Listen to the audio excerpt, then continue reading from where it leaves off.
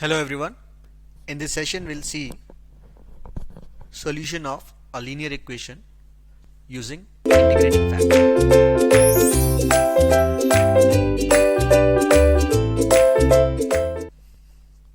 So it says solve y dash plus y tan x is equal to sine 2x with y of 0 equal to 1. So we can see this is a linear equation and linear differential equation, and we can compare the coefficients to be this one as p and this one as q, right?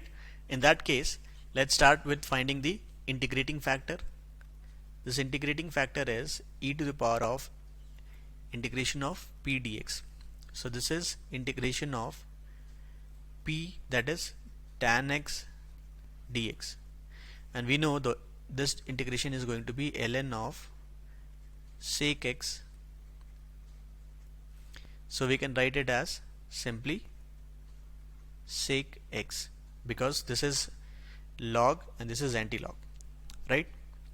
So in that case, the solution is going to be y of x is equal to 1 by integrating factor into integration of q into integrating factor dx plus some constant c. In fact, you'll have to take this constant for the entire term. So this is going to be 1 by sec x, and this is integration of q, which is sine 2x into sec x dx plus c. Now if you remember, the sine 2x can be written as 2 sine x cos x, right? So this is 1 by sec x integration. So sec x is 1 by cos x, so this will be left with 2 sine x dx plus c, which is 1 by sec x, and this integration is going to be minus 2 cos x plus some constant c. So overall we can write this y of x is equal to, so 1 by sec x is nothing but cos x, so this is minus 2 cos square x, and this is plus c times of cos x. Now the initial condition is given as y of 0 equal to 1.